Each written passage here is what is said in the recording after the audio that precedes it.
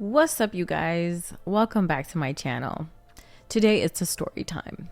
It's a story time about Los Angeles, California. And before I get started, please like this video so whenever I drop a new video, you guys get to see. Okay, so you guys know that I moved from Los Angeles back to Florida mainly for two reasons. Number one, the actors' strike was horrendous. And quite literally, everybody is struggling. Even the people that are super filthy rich, like they can't pay for those big homes and their cars and all their baby mamas and, and baby daddies in some cases. They have a lot at stake. And a lot of projects are not getting done and things are pretty much going downhill.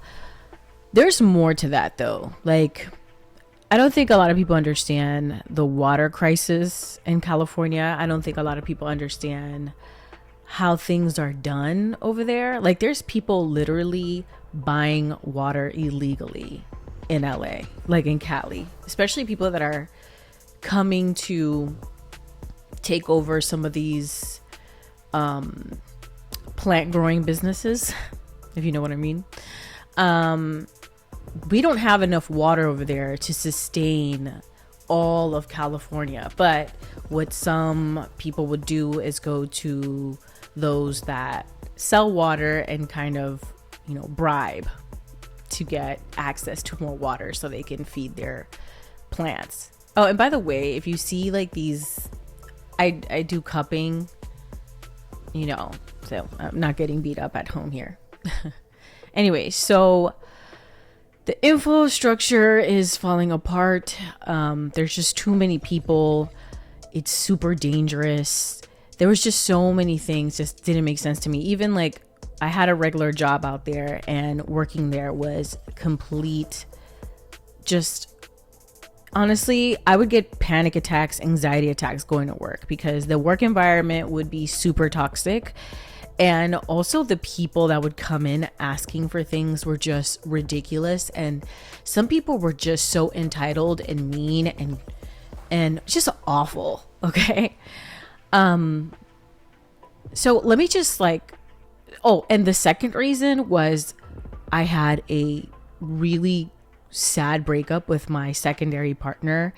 And I really just didn't want to live in our apartment anymore because we lived together. And so I was just like, whatever, I don't want to be here any longer. I'm stressed out. I'm going through this strange breakup. And listen, the reason it was strange was because it was the first time I had a long-term polyamorous relationship play out, as in, I was with him for 2 years and I'm with my primary for 7 years, but it was the first time that I had a long-term thing going where it was pretty serious. Like, they met my family, I met their family, stuff like that. Usually it would be kind of like we would just date and it would always be in the air how we would talk to our families about this, but our families knew. Everybody knew that we were poly. But anyways, so let's start from the beginning. I pretty much made the decision to move to LA because I wanted to follow my filming career, as in I wrote a movie, I wrote something, and then I wanted to put it in film. And so I met this guy who told me, he was interested, he thought it was great, and I should move out here and get it done and whatever. And I was like, all right, cool, I'll do that, just give me some time. So a year passes and I have everything written out, 198 pages worth of writing. I think it was 175 or something like that. And I moved to California.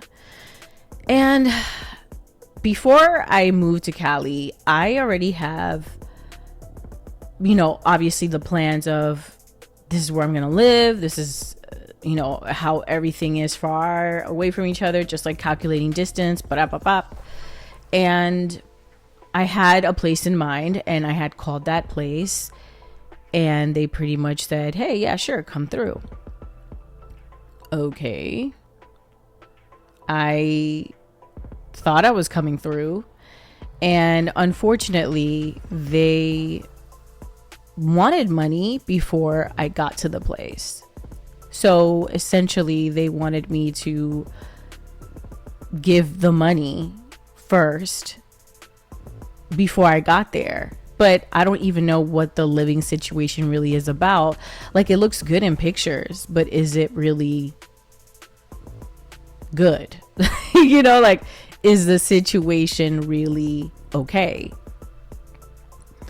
All right, so I go ahead and move to Cali. I drive 4 days. I get there, and when I text the person, mind you, I haven't given them my money. When I text the person who has this really gorgeous apartment, they tell me, yeah, I already have somebody else.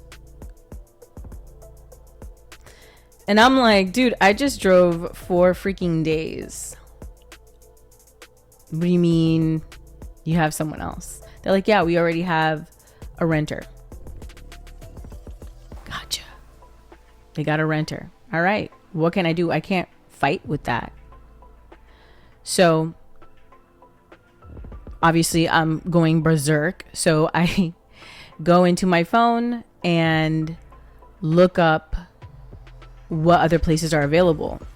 And you know how this is, like when you're looking for a apartment or you're trying to share space, they want to do the background check and the this and the that, and it was just too time consuming. And I was like, it's in between spending money on the move and having to get hotels and then this, I was just so stressed out. I couldn't find anything that was willing to let me move in within the next 24 hours. So that was driving me up the wall. So I just go into Craigslist and I'm looking. My partner's with me, by the way. So thank God for that, because he drove with me. This guy, you know, had an ad up and said, hey, I have a room to rent, and you know, it's ready to be rented right now. So I'm like, okay, ready to go. We talk on the phone for about an hour. I let them know that I just drove here for like 4 days and I need a room basically ASAP. So we end up meeting that afternoon, and at this point, you know, so my partner is not allowed to stay. Like, it was just one room and that was it. And what sucked about this is that my partner also had to be at work because he had like a lot of things that he had to do. He had to be at work like within the next 24 hours. So my partner went back to the hotel room that night, because the landlord was like, okay, just move in, after we talked for a few hours. And we just talked about just like a bunch of stuff, like philosophy, you know, film, this, that. We just talked about a lot of stuff. He didn't seem creepy at all. All right. Sorry, my throat is kind of dry. And so obviously, since everything is all good, my partner feels comfortable. I feel comfortable. You know, my partner leaves. You know, he goes back to Florida. And so, of course, everything seems copacetic. My roommate is like in his late 60s. And, you know, we talked about just regular life stuff. Now, mind you, I didn't think he was going to be at the apartment because it's a 1-bedroom. He says, listen, I'm never really here, but when I am here, I sleep on the couch. And I'm like, okay, cool. You sleep on the couch. Didn't seem weird at all. Right? So he says he sleeps on the couch, and that's that. I didn't see him like the first couple of days, which was fine. I didn't feel weird about it. I would say though, the first night he was like, oh, I have these shoes. If you want these shoes, you can have these shoes. And I was like, oh, what kind of shoes are those? And I was looking at them, obviously not my style, but he was like, oh, try them on. And then he tries to put one on my foot, and I'm like, oh no, it's okay, I got it. That should have been the first red flag, which was, I already knew something was wrong with this guy. Anyway, he's gone for a few days. Then he comes back and he never leaves. So, I'm already making plans. I'm not going to live here for long, and I'm meeting up with people, trying to get my projects going. And he told me, you're not allowed to bring anyone over, male or no males. Females, fine, but no males. And I was like, okay. Mind you, in this industry, it's kind of covered in guys. Like, I don't really have that many females to work with or interact with. I don't know many girls at all in LA. So all I have is male colleagues, basically. And so sometimes we would have to like meet outside and talk in the car for hours, or go to their place, or go to a studio, and everybody kind of lives really far away from each other. So that was really just so inconvenient, but whatever. Now, I'm the type of roommate that if I cook and it's just like me and you, I'm going to offer you my food. I'm going to be like, hey, you want to eat some breakfast? Hey, you want to eat some lunch? Like, hey.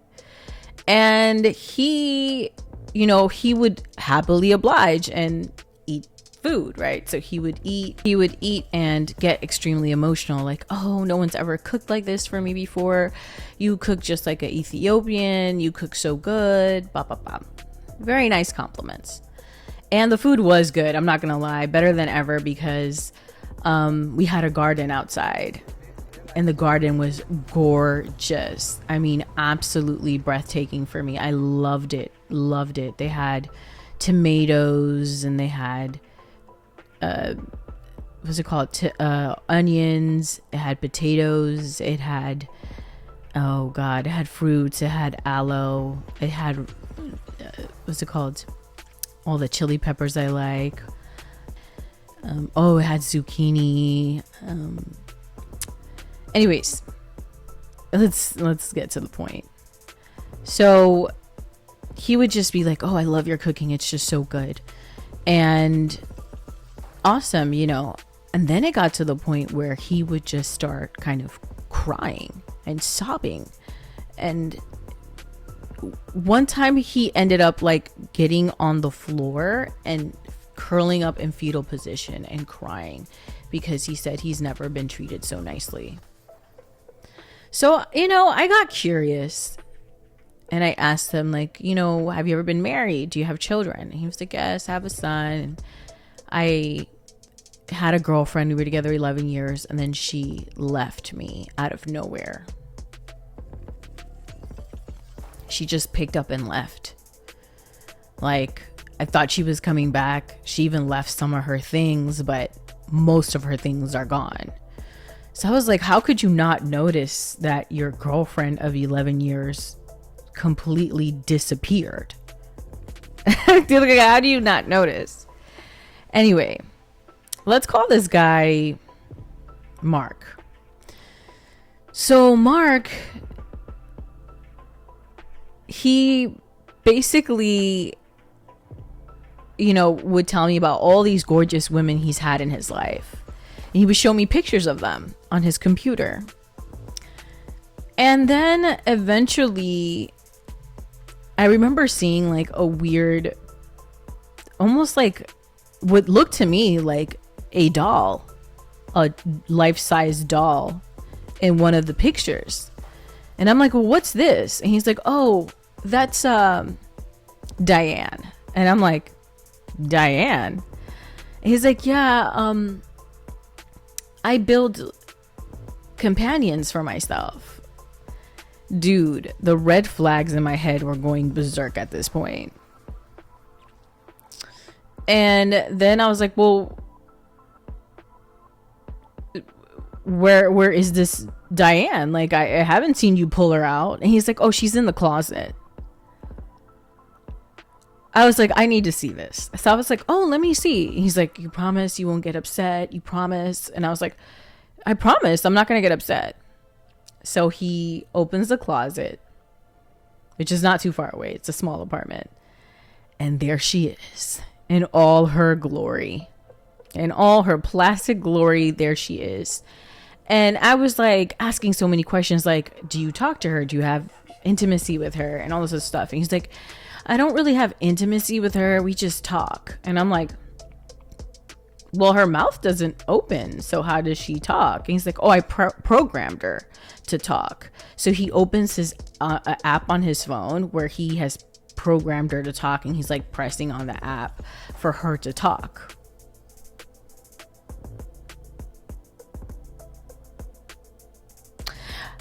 So I kind of try to have a little fun with it and be like, you know what? It'd be cool if we made a TikTok about her. And, you know, maybe just like, and by the way, I did make a TikTok about her, but it got, my page got shut down for some reason. Not sure why, but it got shut down. And this was like about 2 years ago, 2.5 years ago. So yeah, I was shocked. And when he started getting more comfortable, he would bring the doll out to sit with us and eat. And it was kind of weird because she can't eat. So if I'm like eating pancakes for an apple, he'll be like, here you go. And she's like, but I got you something. She doesn't eat. So makes no sense for you to feed someone that doesn't eat. Anyways, we started having problems quickly because I started noticing that every time I would leave or every time I would go to do something and then I would come back late, he would get upset. Like, why are you coming home late? Why are you not hanging out with me anymore? Who are you with? And I was like, dude, I am busy trying to get this movie off the ground and find people that can help me make this happen. And he would just have excuses for why, you know, things are never gonna happen for me, and like I shouldn't trust anyone in California. And listen, there were times where I was just so tired of this guy's crying. He would literally almost cry every day. He was also covered in like bandages, so that was also really weird. He was covered in bandages. And it's crazy because as soon as I started cooking, like when I saw his cabinet was just full of crap. So when I told him, hey, these are the things you need to buy so your skin gets better, his skin cleared up immediately. So that was another reason he was kind of obsessed with me, because he was just like, oh, because of you, my skin cleared up. Because of you, I'm healthy again. Child, I can't believe I was in that situation. It was one of the weirdest situations I've been in my life. And I talk so calmly about this because I'm pretty open-minded and I'm not very judgmental. And I think I watched enough Nightmare Before Christmas that I got used to like the idea that there's really men out there like Sally's creator, you know, the guy in the wheelchair with the glasses who made her. Like I got so used to believing there's literally men out here like this, and there are. So I remember when shit hit the fan was when one of our neighbors was just blasting loud music and I needed to go to sleep. And some of you know I have endometriosis, so when I'm on my period, my head hurts so bad. And I was like, hey, is there any way you could tell your neighbor to turn down the music? And he goes, no, because I make noise here all the time. And before you were here, I played loud guitar and nobody complained. So I'm not going to tell her to put down the music. And I was like, dude, but I'm just really, really tired. And like, it's just so loud. And he got so angry that he beat his fist on one of the tables in front of us, like by his closet. And I got kind of scared. So what I did was I was like, you need to cool off. And I went to the kitchen, I grabbed one of the knives, and I went into my room and locked the door and went to bed. As you know, as good as I can. I actually ended up taking some like sleeping pills. And at around 2 a.m, I was woken up by these loud thumps on my door, and it was the police. Guns drawn, y'all. Guns drawn. I was terrified. They picked it. I opened the door. They're like, they say that you are over here trying to hurt yourself. And they told me that he said that I took one of the knives to cut myself, which is a flat out lie. I freaking... They put handcuffs on me. They put me against a wall. I'm in my underwear. I'm in like a kind of like a see-through top where you can see my boobs. And they're telling me what's going on. I'm like, dude, I was sleeping. I don't know what's going on. All I know is that we had an argument about the neighbor being loud. He got angry, and I just like went to my room and I laid down. He's like, well, where's the knife? And I was like, you guys could go through the room. I honestly, I'm sleepy. Like, just do your thing. They went into the room, found nothing, which is interesting because I guess they didn't do a thorough check. It was just in the drawer next to me. And they're like, ma'am, so tell me again what happened. I was like, you know, you guys are dealing with a person who's crazy. I had no idea this guy was crazy before I moved in. And they're like, well, what do you mean by that? And I'm like, why don't you go into his closet? I'm telling you, the cops were terrified at this moment. They were so freaking scared out of their minds. At this point, there's like 5 cops inside the house, inside the apartment, and they all slowly approach the closet. They open the closet, and as soon as they open it, I guess they can see a peek of what's in there, and one of the female cops draws her gun. It's not a big gun. It was like this. She was like this. And she draws her gun, and they get startled because they see it's like a full-fledged doll. And as soon as they saw that, they left the door open. They came back to me. I'm on the floor, like halfway asleep, and they're like, ma'am, you need to get the hell out of here. And I'm like, I am getting the hell out of here. Mind you, at this point, I have like this job interview and like in the next couple of days, and then there's like an apartment that I'm going to be checking out. So it was already in the works. So, you know, I was just, you know, waiting for the time that I'm supposed to do all the things I'm supposed to do so I could get the hell out of there. So the cops leave. He's upset. I go back to sleep.